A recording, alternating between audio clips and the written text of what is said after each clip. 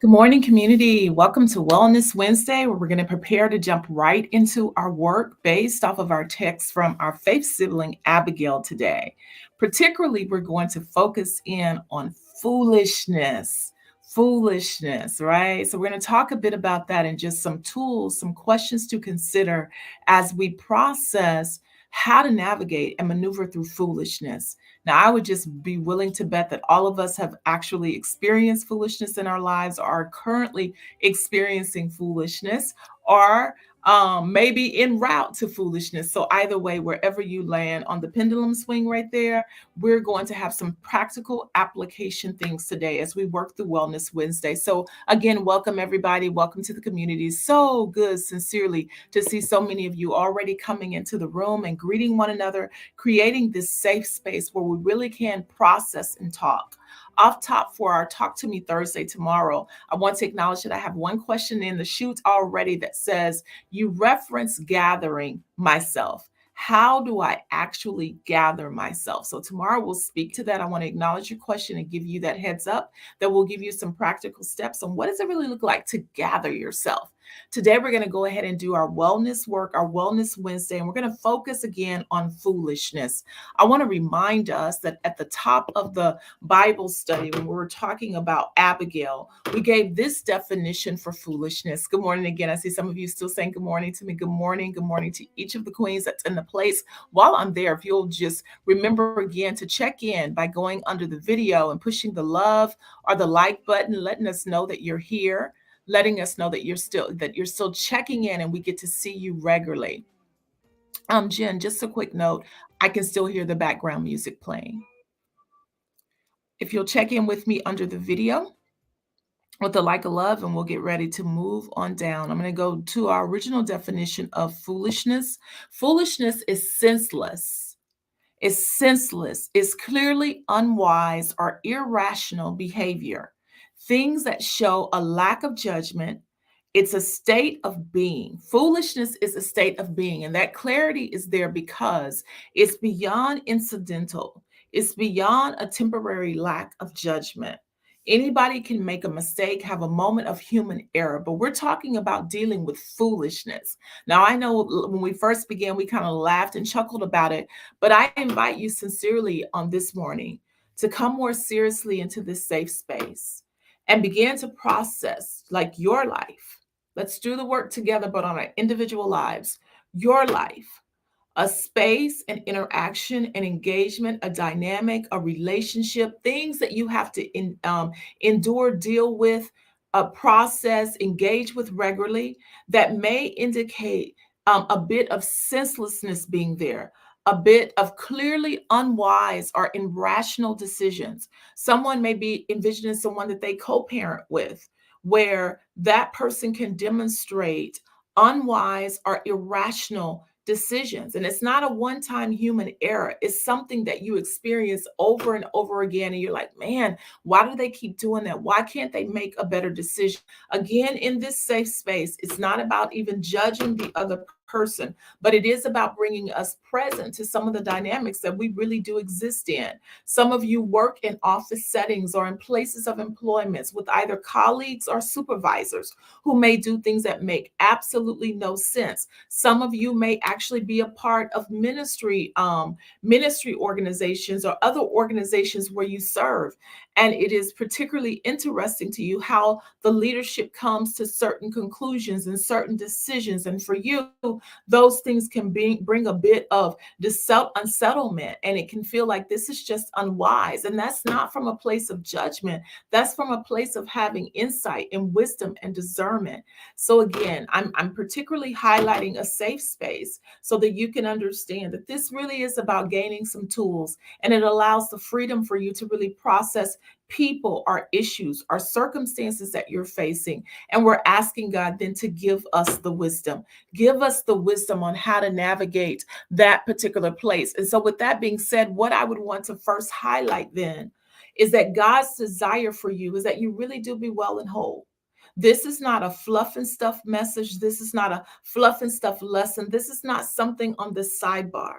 I invite us continuously, anytime we're trying to figure out Daddy God's desire for us, is to run back to Genesis chapter 1. Genesis chapter 1 is the cornerstone, it's the foundation, it is the ideal picture of what God had in mind for creation. But particularly as one of his daughters, as one of his daddy girls, there is great hope in Genesis chapter 1.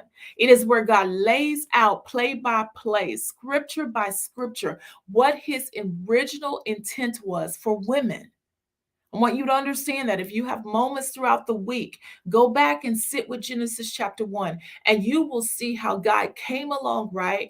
And he begins to put structure in the earth. Now, let's run it back though first. We know that at the end of the creation, at the very end of all that God has done, he's going to open up the door and he's going to escort women into the scene. He's going to escort Eve into the scene, right? So we know that. We know the beginning from the end just because of our falling, our timing in history. So we know that God will do several things, and then he will escort Eve into the scene. So then let's go back again to Genesis chapter 1, and let's look at what God really desired. God desired order. The first thing that he did was he said, let there be light. Light is representative of clarity. Light is representative of understanding. Light is representative of moving away from mind games and manipulations and double talk. God wired you to want, to desire, to be able to see things clearly, to really understand. And sometimes, because of that wiring, we can find that people will label that like, oh, you just can't let it go. You just won't get over it. You just keep talking about it. And there's a certain measure of that that's true that we'll address later. But the greater part of it is this understanding that I'm wired. I rolled up into the scene in creation story, and there was light. And then it says, and God separated the darkness and the voids. So I rolled up into a scene where there was not darkness and confusion. God separated the waters from the earth and the firmament. Remember, I rolled up into a scene where there was order. Y'all get it? Like you're really wired to desire certain things because from the beginning of time, that's what your good daddy God introduced you to. That's where your good daddy God placed you. That's where he set you, right? And so we need to understand then that when we're operating in environments that's filled with foolishness, something about our very being rejects that. When somebody want to say that with me, I reject foolishness. I reject foolishness. I'm allergic to foolishness. Foolishness does not set well with me. God ordered me, created me, established me to want to understand, to see, to operate. And so, whether we're in our homes and somebody's making unwise decisions, or in places of employment again, or in relationships and friendships, we're like, man, I don't know why she keeps getting herself into this mess. I don't get it. I want you to know that that's normal for you. That's the way that God created you. God created you in places of beauty. God created you with provision. That's why lack irritates you. That's why having less than irritates you.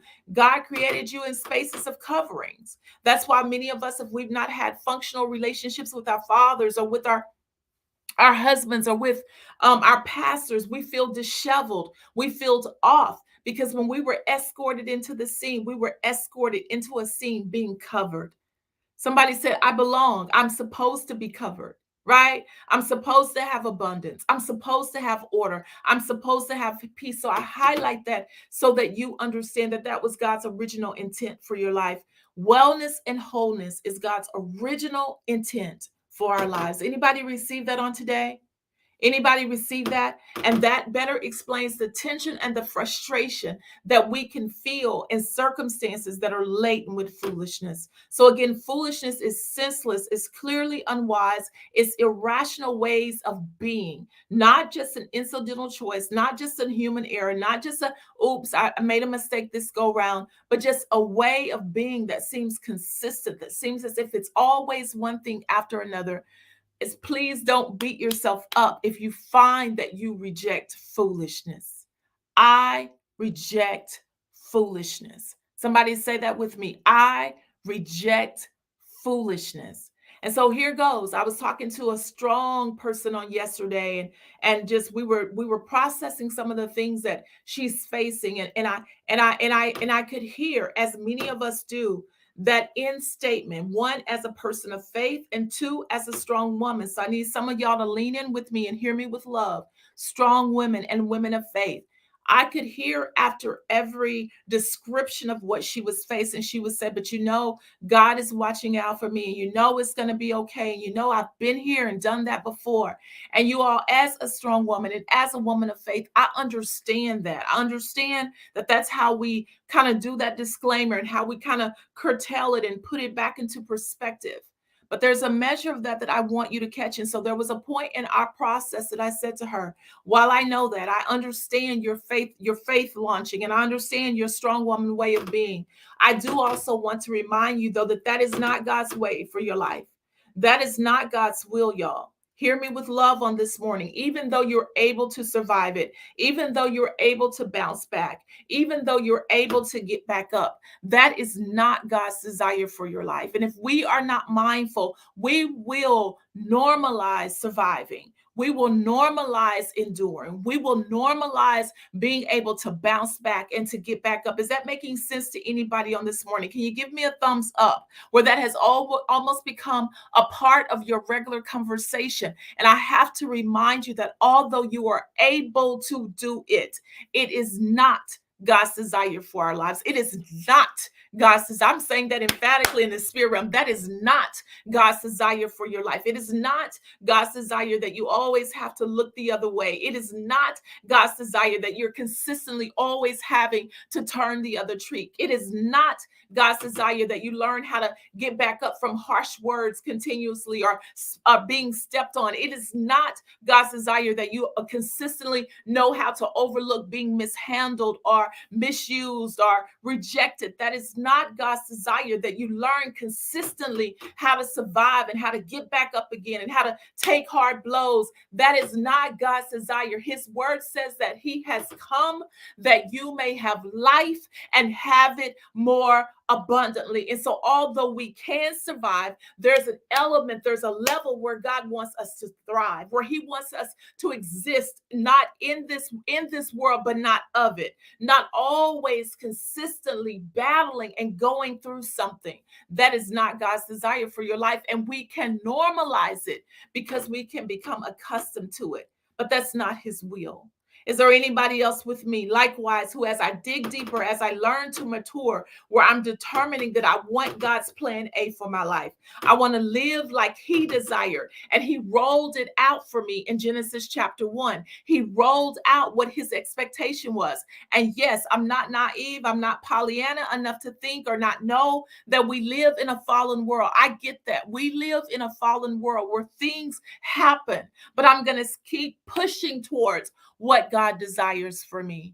Are you receiving that on this morning? I'm saying it seriously, like we're having a heart to heart, a one-on-one. I'm saying that seriously. That is not God's desire for our lives. Can anybody else say, I want plan A? Listen, I want plan A. I get it. I know I can bring home the bacon, fry it up in a pan and kill the pig too, but I don't want to. Is there anybody else who can say, but I don't want to? I know that I've learned and have been in circumstances where I can argue with you all night long and then get up and put on my clothes and go to work. But is there somebody who's saying, but I don't want to? I don't want to do that. I know what it's like to have to navigate and walk away from friendships that are not healthy for me because I've experienced some things. But is there anybody else who's saying, but God, I just want to make solid friendships. I don't want to have to continue to walk away. I know I can, but I don't want to. Is there anybody else who's just honest enough on this morning to say, I know I can, but I don't want to. I don't want to do that stuff anymore. I don't want to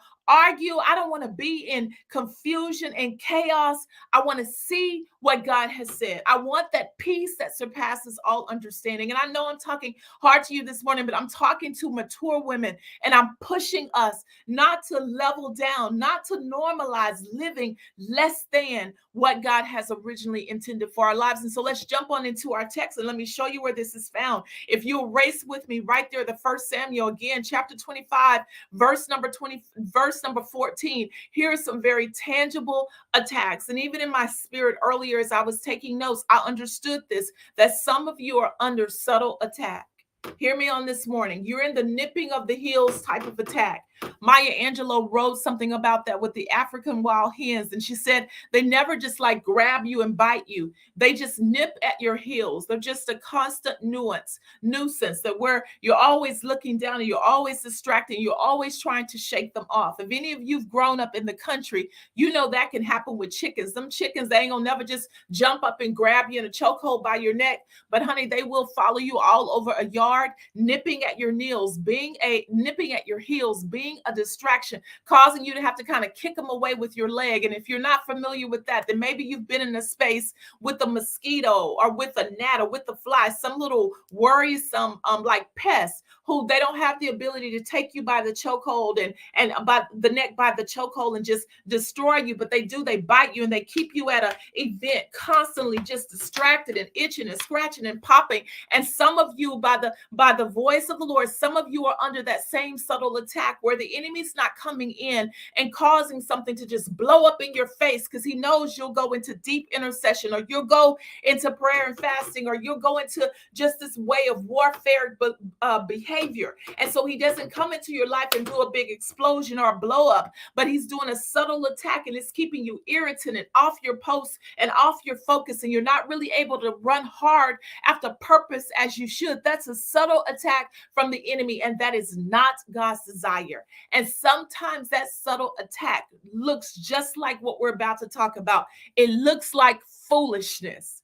It's not enough to immediately destroy you, but it will distract you long enough to deter you, to delay you, to discourage you from pursuing what God has for your life. Not going to blow up in your face, but it will detract you. It will delay you. It will deter you from focusing, from really leaning into this beautiful purpose that God has for your life. Anybody relating on this morning? Anybody relating and understanding what I'm saying? And you're saying, that's me. He ain't allowed the stuff to break up.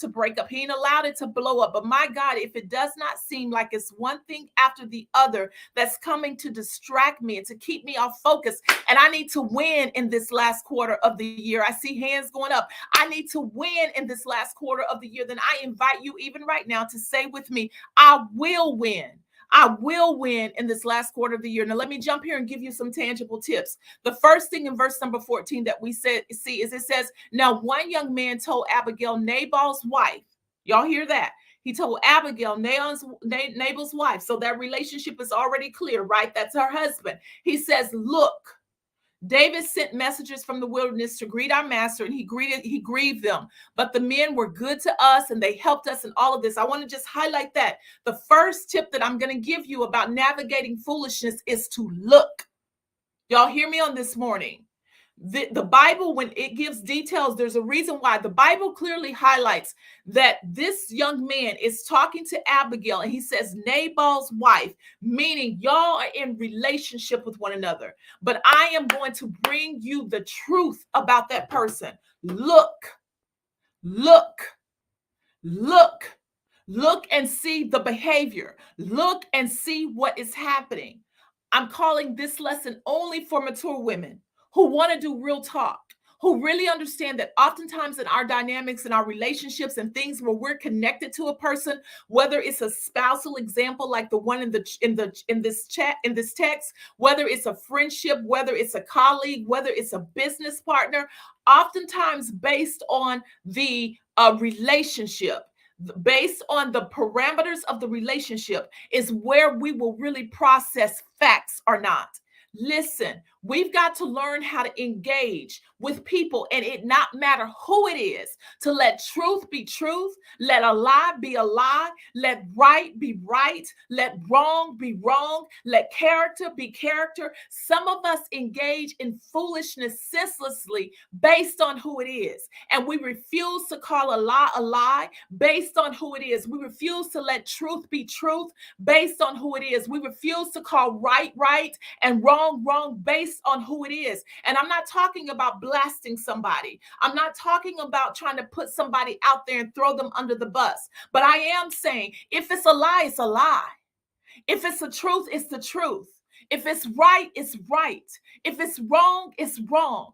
And there are ways to navigate that. Like if it's your spouse, I'm not saying call them a liar out in front of a whole crowd. If it's your best friend, I'm not saying throw them under the bus out in a big group, but I am saying look and be very clear about what's right is right. If it's your daughter, I'm not saying for you to make a grand announcement in front of the church, but I am saying let right be right, let wrong be wrong. Let your mind so resonate with your true north that you're not wavering and being caught up in foolishness because you refuse to acknowledge right from wrong, truth from a lie, a yes from a no, based on who it is. So the servant felt confident going to Abigail, Nabal's wife, and describing Nabal's behavior, knowing that that was her husband, because the facts are the facts. The truth is the truth. Right is right. Wrong is wrong. And he knew that Abigail was the type of person who would receive it as such. Y'all hear me on this morning, and I'm talking hard to you because you got too much at stake. You got too much to forfeit. You got too much to win or too much to lose. And some of you will die under the sword for folk because you are relationship with them who wouldn't die under the sword for you.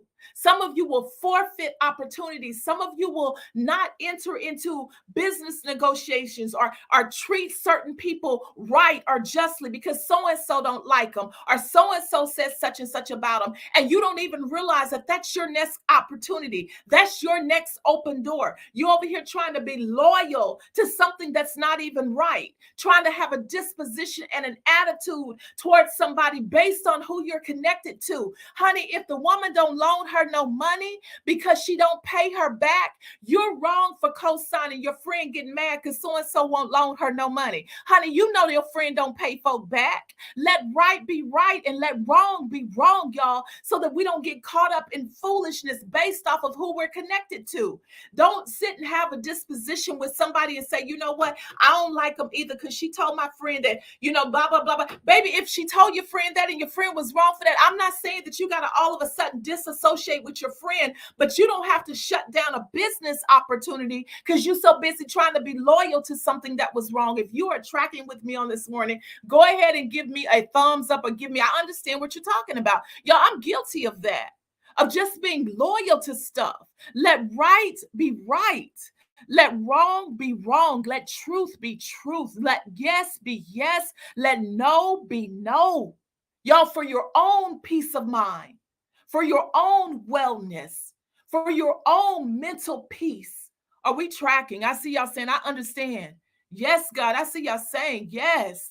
Honey, you didn't say preach. I'm not even trying to preach. I'm trying to help us do wellness, but it may be coming across with passion, y'all, because I feel the urgency of God that I want to do exceedingly abundantly above all you could ever ask, imagine, and think. It's the last quarter of the year, but it's not too late. Girl, give me a chance to show up. But honey, we got to come out of foolishness, y'all. We got to not abound in foolishness. So the first tip is look. The first tip is look. Everybody say look. Everybody say look. Everybody say look. We got to look. We got to observe facts. We got to observe behaviors. We got to observe character above relationships. We got to get right in there and say, honey, a lie's a lie. You know, I ain't put you on blast when you said that, but baby doll, you my best friend, but you lying. You lying. And we're not gonna go down together behind no lie. Now I'm trying to stick with you, but I'm not going down behind no lie.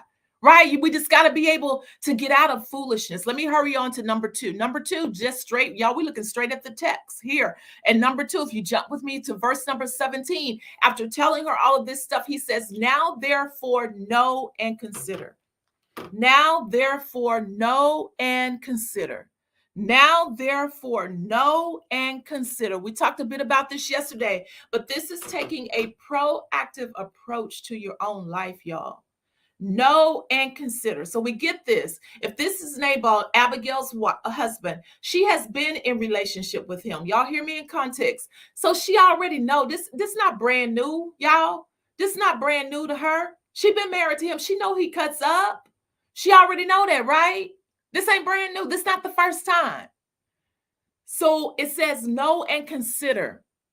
The reason that many of us can continue to engage in foolishness, senseless behavior, unwarranted, like don't make no sense stuff, is because we have yet to know and consider what we're going to do. We haven't postured ourselves in a proactive approach as it relates to our own lives. We haven't really counted up those spaces where, okay, I already know that when I engage with so-and-so, she gonna gossip and she gonna have me mad and worked up. No, I'm gonna choose to get mad. I'll talk about that another time. Choose to get mad and worked up about some drama. I already know that about our dynamic. So you know what I'm gonna do? I'm gonna know and I'm gonna consider. This is what I'm gonna do. I'm gonna stop taking her calls first thing in the morning, because it already gets me worked up into a dramatic state. Y'all following? That's a very simple example. I already know that my heart has been rejected and broken many times because of his unfaithfulness. I found multiple clues of his unfaithfulness, but I've never sat back and known and considered. Like, no, he told Abigail, know what you're going to do, and then consider your next steps to get in action towards what you're going to do. So-and-so always borrows money from me and never pay it back. And it throws my life into an upheaval. Have you ever, instead of being irritated that so-and-so asks you for money all the time, have you ever stepped back and said, this is what I'm going to do? The next time that he or she or my daughter, my cousin, my brother, my sister, my mama, whoever asks me for money, and I already know I can't afford to give it, this is what I'm going to do. Everybody say again with me, know and consider. It's being proactive, y'all. It's not playing the victim role. It's not sitting in circumstances and situations repeatedly, expecting different results. It's finally grown womaning enough, mature womaning enough, leveling up enough, being more serious about your own well-being enough to really examine your life and see what are the spaces that cause me to feel disheveled, that cause me to feel all in an uproar, that cause me to be irritated, that causes me to feel as if somehow I'm thrown off.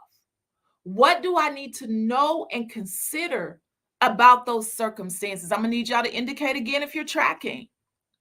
Have you ever established your boundaries? Do you know where you've drawn the line in the sand? Have you determined that $25 is all I got to give away? That's what one of my friends, Charlotte, coached. Or it's 500 your limit, and when you reach there, I'm not loaning to nobody. Have you determined that you need quiet time from this point to this point, so you're not even picking up the phone to engage with such and such?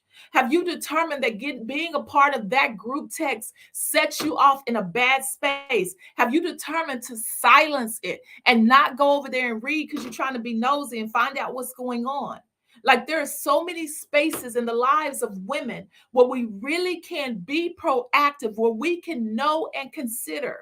Have you determined that running to the grocery store every day, multiple times, waste your gas and your time and your energy? So you're going to sit back and really figure out who does curbside or who brings it to the car, and you're going to make a grocery list, and it's going to be for the whole week. Like, I'm just trying to go from big and strange stuff all the way down to the little bitty stuff that you all can begin to think about. How do I really know and consider how not to be in the rat race of foolishness Why? So that I can take my energy, my effort, my focus, my emotions, my prayer life, and lend it towards sealing the deal, winning big, going strong and hard after what God has ordained for my life, not next year, in this last quarter of the year. Y'all, I want us to win. I want us to win. Are y'all here with me still? Can I get a few thumbs up? It's time for us to wrap up. Can I get a few thumbs up letting me know that you're tracking, that you're following, that you're understanding? Y'all, this is serious. God is serious about our purpose. God has already, again, in Genesis chapter 1, gave us a portrait of the environment that he desires for us to exist in, particularly his daddy girls. And honey, I remind you on this morning, you're his daddy girl. So we have 2 tips from our Wellness Wednesday. The first one I will say again is look. Everybody say it with me again. Say it out loud. Y'all put it in your own atmosphere. Even though y'all are typing, y'all say it verbally. Y'all say look. And y'all process. Go back and listen to what we said in the recording. Go back to the replay. But look. Be willing to call a thing a thing. Listen, even if you're gonna side with the thing, at least still call it what it is. Like, chick, I know you lying. I'm not gonna put you on blast, but I'm not gonna play like you told the truth. That was a lie. I'm gonna sit right here with you and I'm gonna stick with you, but you lying. Like, don't start playing mind games with yourself. Don't start being in deception about yourself. Don't like safeguard your well-being. Look. And then number 2, no. Some of us need to go ahead and elevate to that no level and start considering how to get to what we know. Some of us really need to make a decision about certain things that are happening in our lives and then get into the next steps of getting to that decision. It's time out for limbo. You've been limboing. Y'all been limboing. It's time out. Let's know. I'm saying everything that I'm saying today with love. I'll see you right back here in the morning. We'll do Talk to Me Thursday. If there are any other questions from Abigail thus far and you want me to try to answer that for you tomorrow, I will. I do have one. I mentioned yesterday in the lesson that we needed to gather ourselves, and someone wanted practical tips on like, how do I gather myself? When yes, I have had my voice and my opinion over there with the church, and I've been over here with her relationship, and over there with my grown kids, and then over there my business, and I'm just scattered. What are some tools for like helping me to gather myself in and bring myself back to a focus on what I am supposed to be doing? Anybody else understand that question? So we're going to get that one in on tomorrow, and then I'll give you these other tips that I had written down for wellness. We'll cover those 2 tips tomorrow. You're going to enjoy them. You're going to enjoy them. It's make haste. And then the other one is did not tell. We're going to talk about those 2 tips and answer that question. I'll see you right back here in the morning. I'm hopeful that I'm helping. I'm hopeful that I'm doing what I'm called to do in the way that I'm called to do it for the body of Christ and for you all. I love you right here in the community, and I'll see you in the morning. All right. As always, I honor the greatness that's on the inside of you. See you in the morning.